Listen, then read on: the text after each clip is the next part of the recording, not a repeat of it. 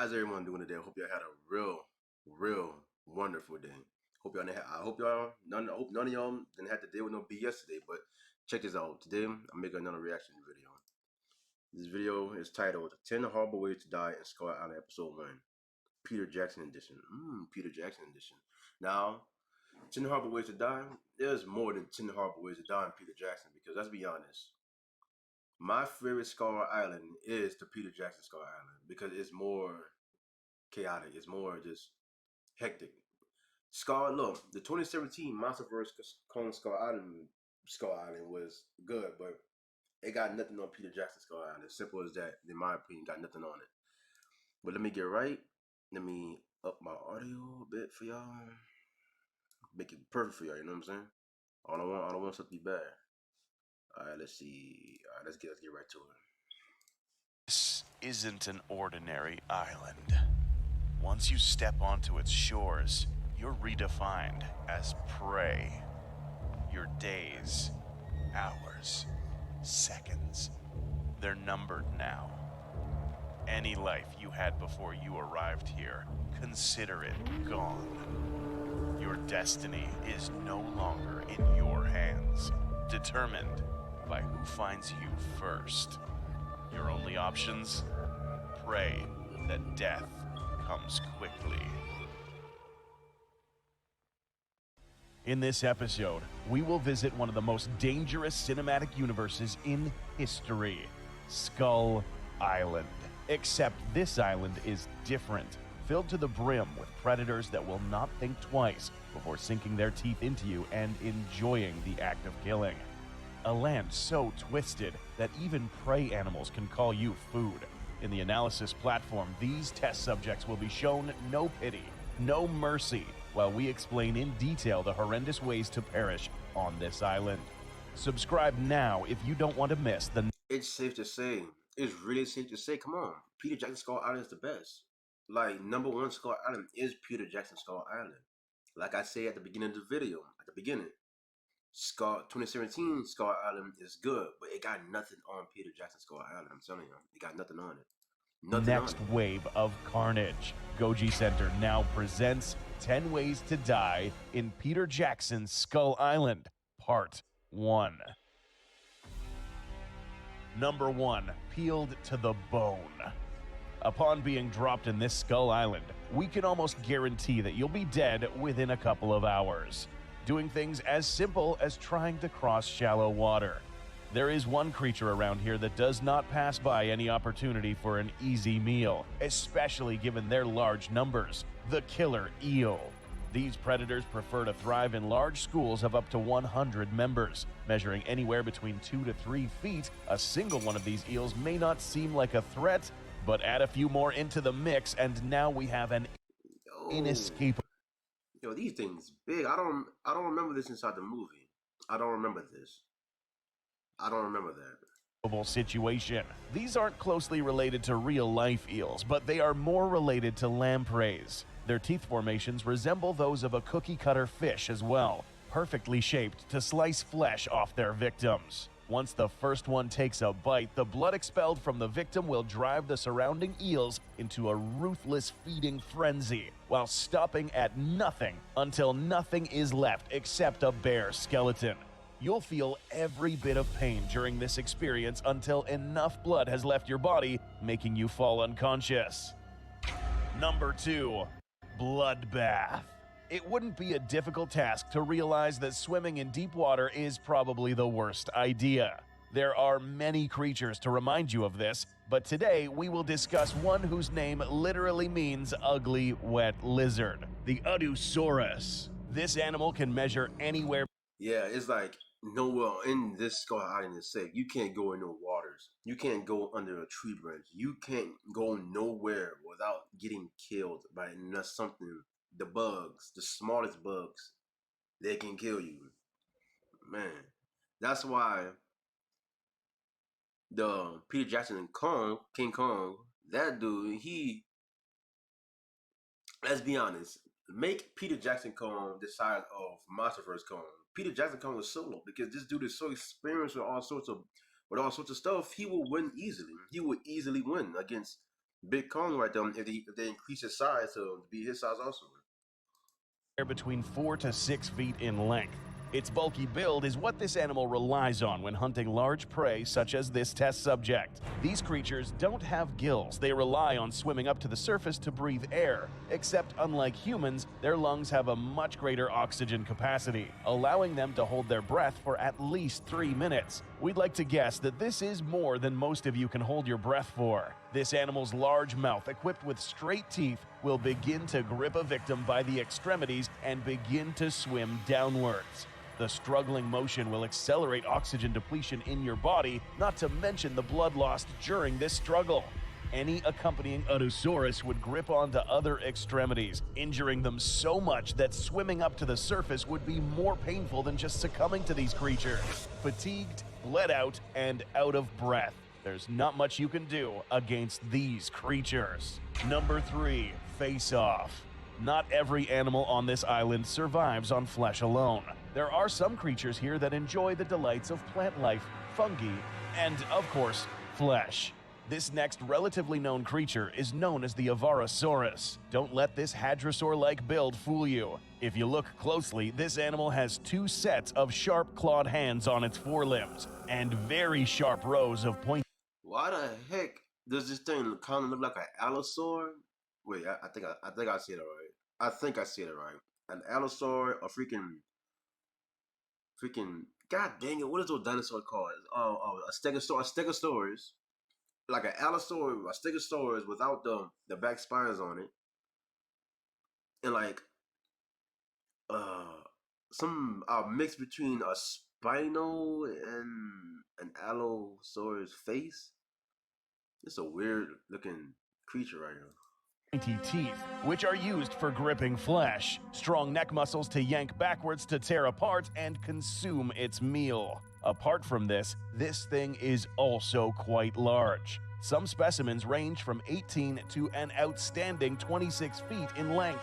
If one of these creatures is currently thirsting for blood, expect nothing else but a swift attack from this agile creature. Its swing and sharp claws would be strong enough to crunch through the upper part of the skull, pierce the brain, and leave the victim faceless, exposing empty eye sockets and nasal cavities underneath. This was a quick death, but this victim will now be swallowed in chunks, its body parts digested in this animal's extremely corrosive stomach acids, leaving no evidence. Number 4, Tree Ambush. Perhaps the fastest way to get killed in Skull Island is spending prolonged periods of time in dense jungles. Being in these environments would make anyone fair game to get ambushed from all directions, from below, sides, and above. There's an animal in these jungles that does this in highly coordinated attacks. This is the Deinocanosaurus, whose name means terrible dog lizard, and lives in these dense jungles in packs of up to a dozen adult members. They're definitely fast. You could tell the way they look. They fast. They will chase you down. I know that. I know these things are fast. They is fast, bro. Yeah, y'all done for. Y'all can't outrun these neither. Y'all can't go nowhere. I cannot outrun these things. Whew. With young. Measuring up to 3 to 4 feet in length, this makes them around the size of an average dog. Similar to wolves, for instance, they prefer to hunt in highly coordinated attacks, leveraging their knowledge of the dense forest to corner prey and attack from all directions, even from above the trees. These are avid tree climbers as well. Any victim running through the dense jungle would be surprised from behind or above with an attack directed to the neck or head. These animals would waste no time bringing a victim down, goring it from all directions. If fortunate, the initial attack would dislocate the neck, causing an immediate death for the victim. If not, then the unfortunate test subject will have to endure being eaten alive. Number 5, Trails of Blood.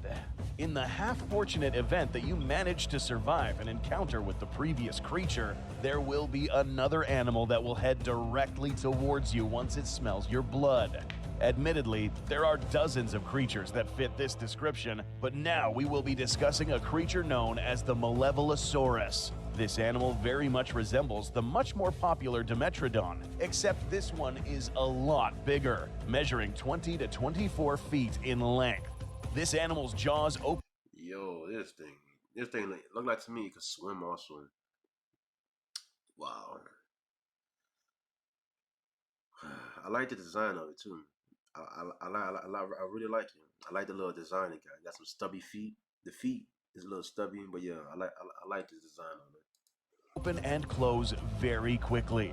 Combined with its sharp, pointy teeth, this means that they are capable of splitting through flesh and bones with little to no effort. These animals prefer to crawl towards slow-moving, injured prey, such as this wounded test subject. Helpless and with little energy left, there will be nothing you can do except witness a massive predator crawl in your direction and eat you legs first, hurling your body using centrifugal force to rip you apart.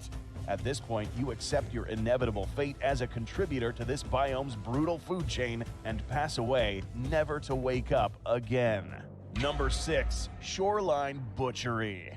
This island is populated with so many predators that just stepping onto its shores puts you in the scope of vision of a deadly, ruthless predator. We're speaking of the Pterasodon. This elegant, streamlined dromaeosaur looks like it would be a small creature, but can actually grow up to 16 feet in length. Its name means deadly, very sharp tooth. And as its name suggests, this animal's jaws are lined with thin-edged razor sharp. You cannot outrun these things the way he's built. You cannot outrun these things neither. Yep, you're dead. Sharp teeth that serve for both cutting and gripping onto slippery fish, seals, and any other creature that finds itself on shore. Additionally, these animals are equipped with sharp claws on their hands and talons on their feet, used to pounce on prey and literally shred on contact. Another thing to note is those forward-facing teeth on the tip of the snout. These, if used to stab at a victim's chest, will cut right through the fleshy layers of a victim's chest. And if aimed at the stomach, this victim's intestines will be relatively easy to pull out like ropes from a bucket. The killing factor of this dinosaur is the sharpness of the weapons, meaning that blood loss will be so abundant that the victim will die in a few seconds from shock. Number 7. Horned Demise. Predators are not the only creatures responsible for the high mortality rate in Skull Island. Herbivores such as the Ferocatus would easily make quick work of a human being if caught at the wrong place and at the wrong time. This animal's name literally means horned iron hide, and the methods of killing a human vary depending on the point of contact you make on this creature. Now, I've been thinking for this entire video, like, what if most of y'all may know what a game Art Survive Evolve is. Like, imagine if the devs make a map, a Skull Island crossover Ark.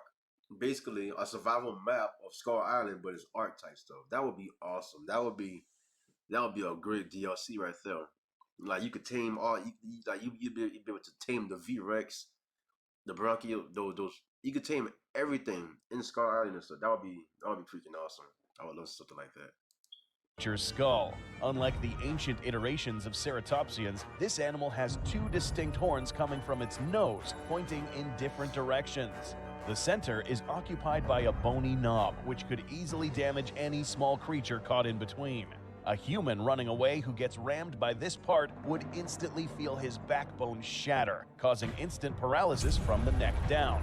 That is, assuming the head was not injured.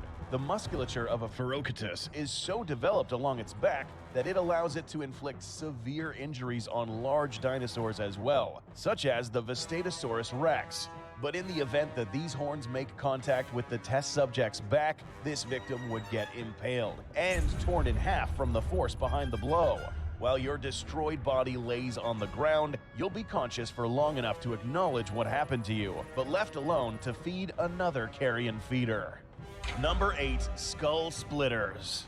Out of all the carrion feeders, the most dangerous of these were the flightless birds that resided on this island. Believe it or not, there were actually several species of predatory birds that competed for higher spots in the food chain. Today, we will focus on one of the strongest, the Zoropteryx. This resembles the ancient terror bird, except this animal was a lot larger, up to 6 feet to the hip, towering above many humans alive today. The most notable weapon of this bird is its very large and heavy beak, with a hooked formation at the tip. The weight behind the cutting power of these bites meant that they could easily cut through human limbs without any issues, similar to the Malevolsaurus, except this animal makes cleaner cuts. A quicker, more effective method of hunting for this animal was to use its beak as a pickaxe of sorts. Leveraging the weight of this massive beak, if this tip manages to hit the posterior part of a running victim, it would cleave right through this skull, sinking into the brain, causing immediate death. It's lights out for this test subject. Its skull was not thick enough to endure the impact of this immensely heavy and sharp beak. Number 9. Blood Siphon. Swamps are reputable for being filled with unlikable creatures and are never absent from horrendous surprises. This creature is the perfect example. The Estrovermis, whose whole name means glutton worm, will redefine the term gluttony. This parasitic crustacean measures up to 20 inches and is tipped with a peculiar spear-shaped head. Inside this head, there are siphon mechanisms that allow this creature to suck out the blood and other fluids from the victim. In the event that a test subject sinks in its habitat, a few of these would be more than enough to deplete this victim's blood supply. These tips can sink a few inches deep into this victim, causing the sensation of stabbing wounds, and the pull of these suction mechanisms will make this deep wound feel all the more painful, as this animal siphons the last of your fluids. These are later expelled to nourish these creatures' eggs into the surrounding water. Up next is another parasite that will give you nightmares. Number 10. Death worm. Without a doubt, the most unlucky people to meet their end on this island are those unfortunate to fall into the deep chasms of Skull Island, the literal hell of this biome. This dark, murky environment is home to some of the most detestable organisms seen in film history. Freaking bugs, bro. Spiders, man. Oh my goodness, bro. When I first seen this part of the movie, I'm not gonna lie to y'all, dude. I was not enjoying it at all. I was not fair. Like big crickets, worms, spiders, crabs. That stuff creeped me out a lot. Ugh. In this episode, however, we will feature the most repulsive of them all, the Carnictus. Measuring up to 13 feet in length, these slow and relentless creatures will stop at absolutely nothing to wrap their toothed sphincter on their next meal. It's like this right is like a giant blood-sucking slug leech type stuff. I don't know, man. The anatomy of these is simple. These parasites are described as animated, crawling stomachs, with sensors located in their maws to locate the flesh of a weakened nearby victim. These live in close groups, so in this scenario, we will see what happens to a victim that gets caught in a Carnictus feeding frenzy. These will begin to chew at the extremities of a human, chewing until they get to the torso. This human is still alive until the point of ripping, which is what these teeth are for. These neck muscles allow them to crush and rip backwards, allowing body parts to travel down this creature's stomach. The point of death for this victim occurs at this moment. After the trunk of the torso remains, the Carnictus will begin to pick at the remainder until nothing remains. Oh my goodness, that's crazy, man. Oh man, Skull Island. I'm telling y'all, Skull Island and Peter Jackson, man, does not play. Monster vs. Skull Island got nothing on Peter Jackson, bro. It got nothing on Peter Jackson, man. It's like for Monsterverse, they're big monsters and stuff, but you have you still will die very quick, but you have a possible chance of surviving Monster vs. Skull Island. If you and Peter Jackson, bro, you would die at the beginning. You is not surviving. You is not surviving whatsoever. You ain't surviving, man. But man, I hope y'all enjoyed this video. I enjoyed this video. I absolutely did. Because I love the Skull Island from the original 05 Skull Island. But yeah, hope y'all have a wonderful day. Make sure to leave a like and subscribe to the video. And I just hope, wait, this is episode 1. Ooh, there's gonna be more episodes. Alright, bam. I'm gonna watch those too when they come out. But yeah, y'all stay safe out there, man. And don't forget to like and subscribe to the video. Alright, see y'all next time.